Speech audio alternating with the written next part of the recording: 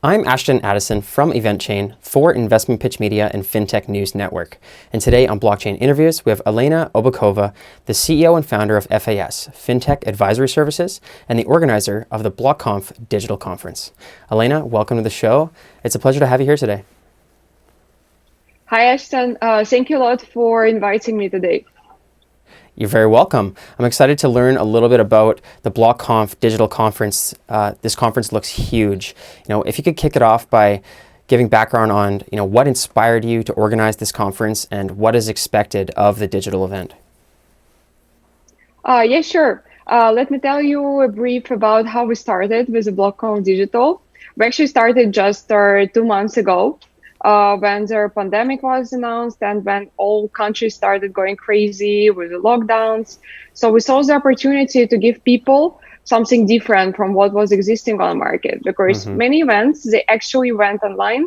They were offering online streaming of the guest speakers. And we decided that we can actually take it further and give people the full networking experience. Because when you travel for a conference, you usually are looking for some business opportunities, right? To get in touch with people, to get some valuable business connections. And we saw the opportunity to create a platform that will actually replicate the full offline experience and to place it online. And that's what our BlockConf Digital is about. And apart from that, we also saw that, for example, there are many people who actually wanted to visit so many blockchain conferences, but they never had a chance because the price is too high to fly, and their companies cannot afford it. They just send the people who will do the business and networking, founders or like people of first level positions. And the other employees, they never have a chance to fly and explore more about blockchain. But since it's online, we can open our virtual conference hall for everyone and welcome people who want to learn about blockchain. That's why we've also kept our content so diversified, and to welcome people who would like to actually do the business and build some valuable connections over there. That's great. And I really like how you focused as well on the networking part, because when I've gone to blockchain conferences in the past, the networking part and connections are so valuable. All of the great speaker information is always good, and I'm glad that you have such a great lineup of speakers, which we will get into in a little bit here as well. But the networking part is hard to replace, and that was one of the things that the crypto community had mentioned when they were stuck online and on Twitter saying, crypto conferences are the best part of it is going to see your friends networking, having drinks, and now we're having virtual drinks. So I guess my next question is about your past conferences. Have you organized a blockchain conference before? And yes or no? And how has the pivot been to creating a 100% virtual event this time? And how does that change from organizing an in-person venue? As for me, I didn't organize personally our blockchain conferences, but my partner, he did organize many blockchain conferences before in Latin America. So he's bringing this expertise to BlockConf Digital. We also have a lot of valuable speakers that he introduced to our conference. And I'm bringing the full network from Europe, from Asia, of companies that would like to participate. And since we also organize their startups or demo day, I'm mostly working with organizing the startups demo day, as my network includes a lot of VC funds and startups that, of course, also were experiencing a lot of problems during the lockdown. And we decided that there's a chance also to kind of shake the VC industry and make some deals happening. Yeah, that's great that startups are able to pitch on the demo day and demo their products. And it looks like the schedule is just packed full of the startup demos as well as all of these great speakers. And the lineup is 48 hours of straight, nonstop conferencing and speakers. That sounds like quite the handful for a lot of people. Is this information going to be available afterwards, or should we just look at the best speakers and try to tune in when we can? Because it sounds like you have so much great information in such a short amount of time. Yeah, of course. We will actually provide the recordings of the presentations. They will be available for people with business and VIP tickets afterwards. And we, of course, will publish the best and the most interesting presentations online to make sure that everyone can have access and they can also watch it afterwards. But we strongly recommend to attend it online because we will have a Q&A session and they will be able not only to watch the presentation but actually ask questions to the guest speakers. And I think this is one of the most valuable parts in online streaming of presentations. There's definitely a lot of value there, and I could see how the barriers to entry to go to a conference, can be a click away as opposed to, a plane away. So, with that being said, are you seeing a huge number of attendees, registering and people already confirmed for this event because it's online? Yeah, we expect actually a lot of attendees, but it's very hard to predict right now because for us, of course, it's the first online event, so it's very hard to say the exact numbers that will be like at event time. But of course, since everyone is on lockdown, and I personally saw a huge interest in online conferences, so more and more people subscribing.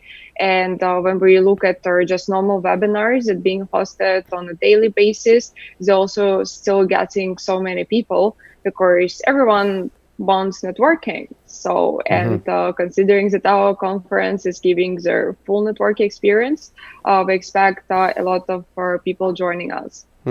That's great. And will there be time to network with the speakers and the exhibitors? And could you talk a little bit about, who are the main sponsors and exhibitors of the conference? Yes, of course.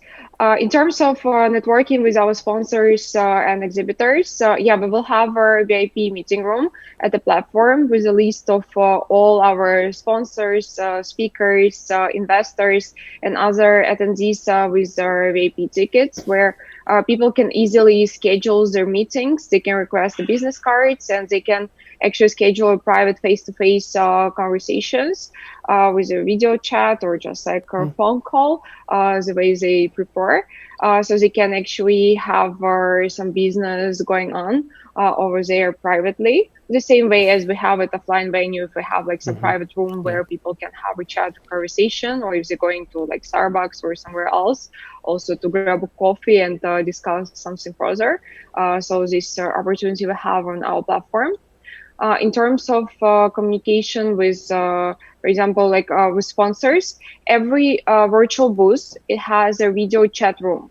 So all company representatives, our sponsors, they will have company representatives there in the video chat.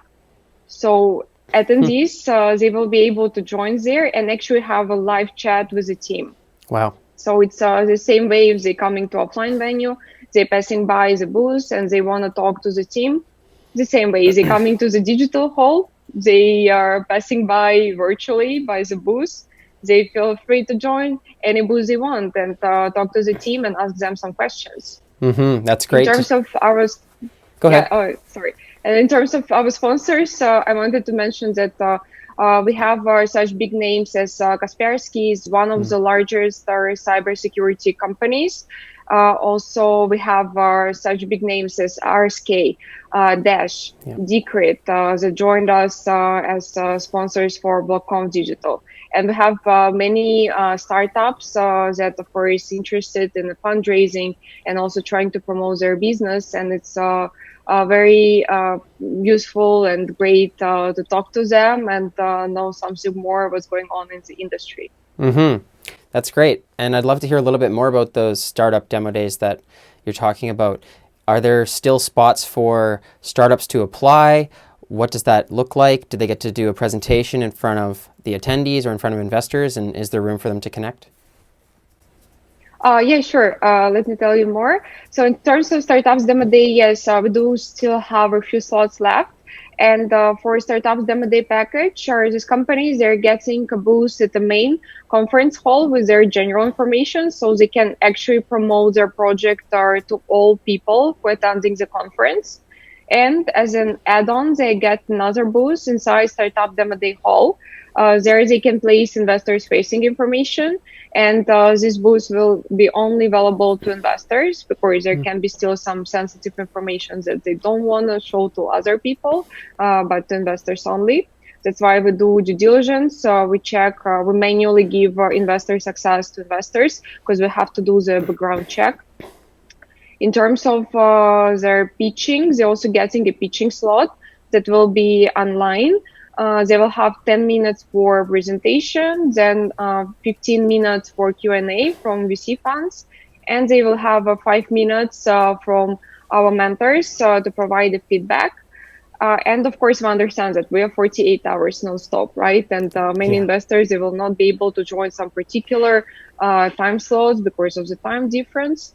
That's why after the pitching, we do the recording of the pitching, and after pitching is over, we place it at their booth inside the Startups Demo Day Hall to make sure that all other investors, they can actually access and still get in touch with these projects.